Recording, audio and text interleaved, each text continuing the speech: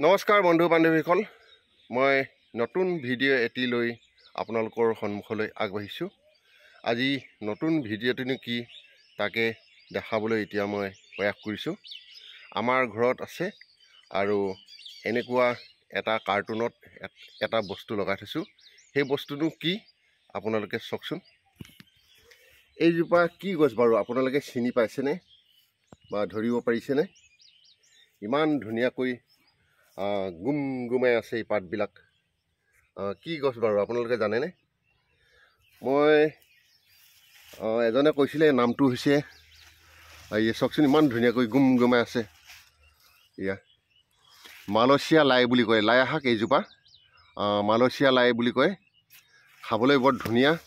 এয়া এনেকৈ আমি এটা এই কাৰ্টুনত লগাই থৈছোঁ।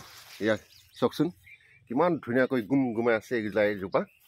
দেখি বহুত ভাল লাগিলে, সেয়েহে আপোনালোকৰ সন্মুখলৈও এই ভিডিঅ'টো আগবঢ়ালোঁ।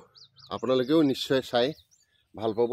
এনেকৈ ঘৰত লগাই থৈ দিব পাৰি। এই মালয়েছিয়া লাই বুলি কয়। তাকে আপোনালোকক দেখাওঁ বুলি এই সৰু ভিডিঅ'টি মই বনালোঁ। আজিলৈ ৰাখোঁ। ধন্যবাদ। জয় আই অসম।